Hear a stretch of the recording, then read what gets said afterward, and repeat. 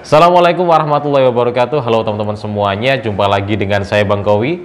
Dan di video yang lalu saya sudah membahas terkait peserta yang dia itu gagal berkali-kali saat mengikuti ujian UP, yaitu dia retaker sampai lebih dari satu periode, bukan satu kali tes, tapi satu periode.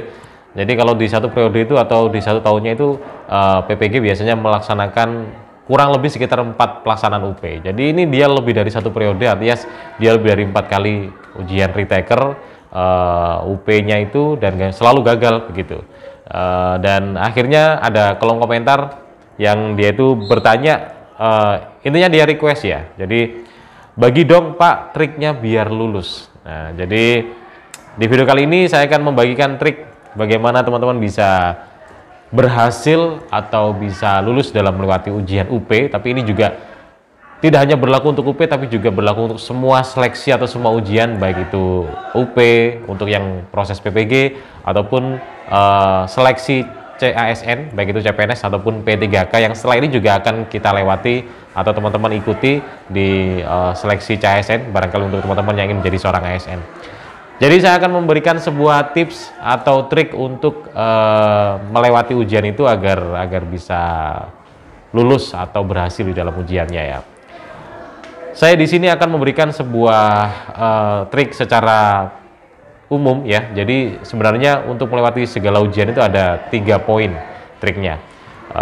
Yang pertama trik secara realistis, yang kedua trik secara spiritualis, dan yang ketiga trik secara mentalis.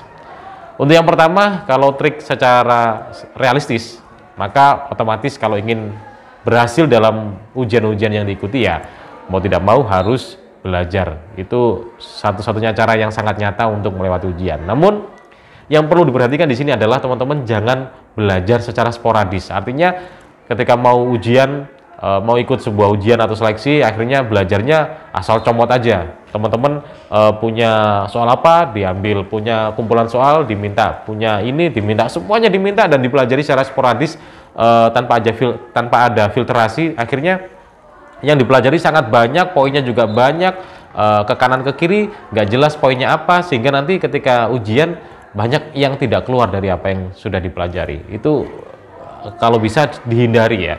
Jadi konsep belajar yang paling tepat ya silakan belajar sesuai dengan kisi-kisi yang ada, karena setiap seleksi pasti ada kisi-kisi yang dibagikan.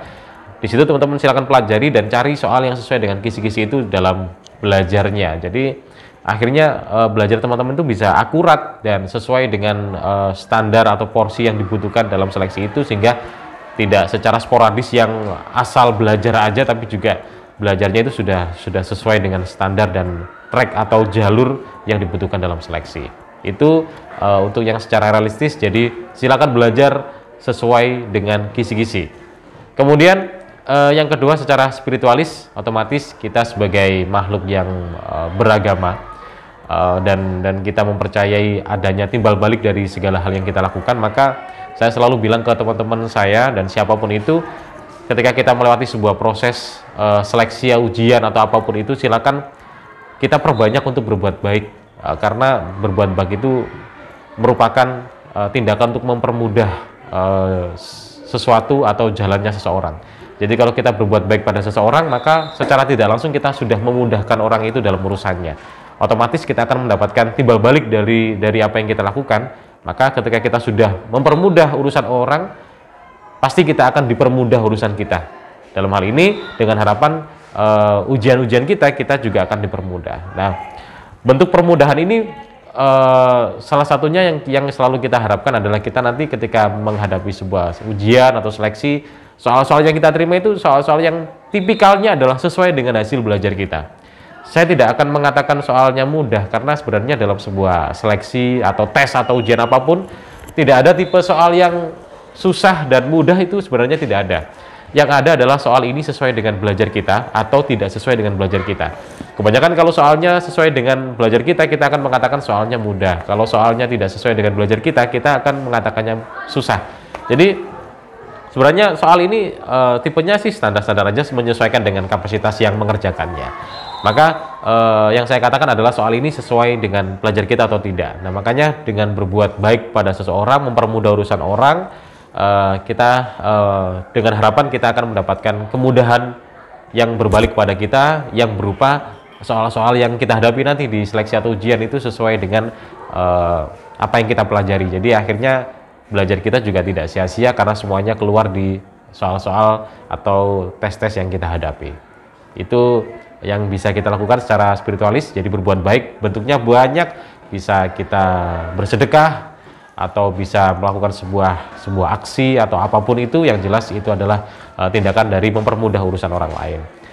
Kemudian yang ketiga, ini yang paling terpenting dalam setiap seleksi yang selalu saya tekankan, jangan lupa mental itu sangat diperlukan. Jadi secara mentalis ini triknya adalah teman-teman harus berupaya menenangkan diri sebelum melawan naskah atau soal-soal yang dihadapi saat seleksi.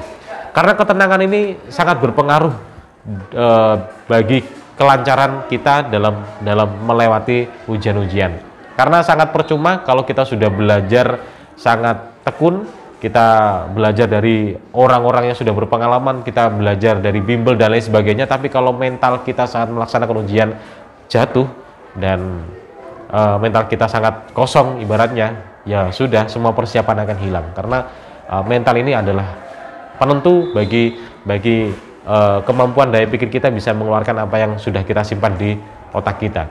Jadi ketenangan itu adalah kewajiban yang utama dalam melewati sebuah seleksi. Karena kalau teman-teman tegang, semua persiapan akan hilang. Jadi usahakan setenang mungkin. Tipsnya adalah kalau pengen tenang, kalau saya selalu bilang ke teman-teman saya, kalau bisa ya kalau belajar secukupnya, jangan terlalu berlebihan. Karena kalau kita belajarnya berlebihan, biasanya itu tanda kalau kita semakin khawatir dengan apa yang kita hadapi nanti. Jadi kita belajar secukupnya aja. Kalau kita sudah belajar di poin A dan sudah paham, ya sudah, jangan diulang-ulang lagi. Kita fokus ke poin B dan seterusnya. Kalau sudah belajar semua, ya sudah. Bahkan kalau saya bilang ke teman-teman saya ketika mereka sebelum tes, nggak usah belajar aja, karena mereka sudah belajar sebenarnya. Jadi mereka silakan refresh otaknya, bisa nonton film, bisa dengerin musik atau main kemana, dan nggak usah khawatir lupa, karena yang sudah ada di otak kita sebenarnya sudah tersimpan dengan rapi. Bedanya ada yang bisa mengeluarkan dan ada yang tidak. Biasanya teman-teman yang bisa mengeluarkan yang sudah mereka simpan di otak mereka adalah teman-teman yang mereka tenang. Tapi kalau yang mereka tegang pasti akan susah. Sama halnya seperti kita dulu waktu sekolah, atau mungkin teman-teman ini ada yang profesinya sebagai guru ya. Jadi biasanya siswa kalau kita tugasi, misalnya tugas untuk menghafalkan sesuatu, mereka sudah hafal, dan ketika mereka tes ke teman-temannya, kan biasanya mereka melakukan percobaan ya, atau uji coba ke temannya, begitu minta tolong untuk disimak, mereka bisa hafal. Ke teman yang lain juga hafal. Bahkan beberapa teman mereka minta bantuan untuk mengecek hafalan mereka tetap hafal. Tapi kenapa ketika yang ngecek gurunya langsung dalam situasi ujian, tiba-tiba hafalannya hilang semua? Itu karena mereka tegang. Karena posisinya ketika sama teman, mereka tenang, karena yang mereka hadapi adalah sosok teman yang adrenalinnya tidak akan berpengaruh ke mental dia gitu, karena memang teman sendiri yang dihadapi. Tapi kalau yang dihadapi adalah seorang guru yang otomatis akan menciptakan adrenalin yang sangat tinggi, jadi adrenalin itu akan berpengaruh ke mental si siswa itu, otomatis siswa itu akan tegang dan semuanya akan hilang. Jadi yang perlu kita tata adalah mental. Kalau semua udah belajar beres, ya sudah, mental kita tata biar ketika menghadapi seleksi kita bisa menjadi tenang. Bahkan saya sering mengatakan kepada semua teman-teman saya ketika mereka mengikuti ujian atau seleksi, musuh terberat mereka sebenarnya bukan lawan-lawan yang lain, atau bukan layar teks-teks atau soal-soal atau naskah-naskah yang mereka hadapi. Jadi lawan mereka bukan itu. Lawan mereka adalah diri mereka sendiri. Jadi ketika saya ikut ujian, lawan saya bukan peserta lain, bukan naskah-naskah soal, tapi diri saya sendiri itu lawan saya. Jadi saya harus mampu mengalahkan diri saya yang tegang, diri saya yang panik, agar bisa menjadi lebih tenang, bisa menjadi lebih fokus. Dan ketika saya tenang, saya santai, maka saya akan memiliki pikiran yang enak, yang cerah, dan mengeluarkan informasi yang sudah saya simpan itu bisa lebih mudah. Kalau pengen tenang, biasanya itu kuncinya, dan kurangi ambisi.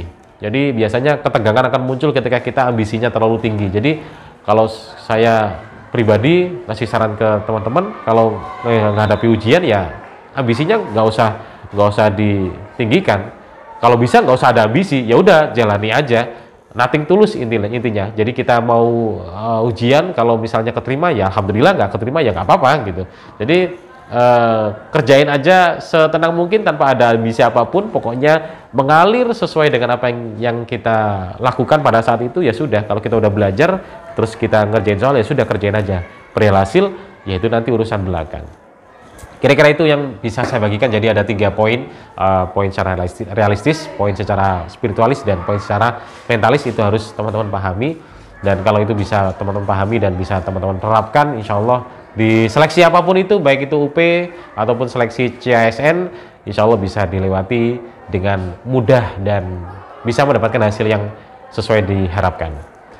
Terima kasih, itu yang bisa saya bagikan. Barangkali teman-teman juga ada tips yang lain, juga bisa tulis di kolom komentar ya. Terima kasih sudah nonton video ini dari awal sampai akhir. Jumpa lagi di video berikutnya. Terima kasih. Assalamualaikum warahmatullahi wabarakatuh. Sampai jumpa.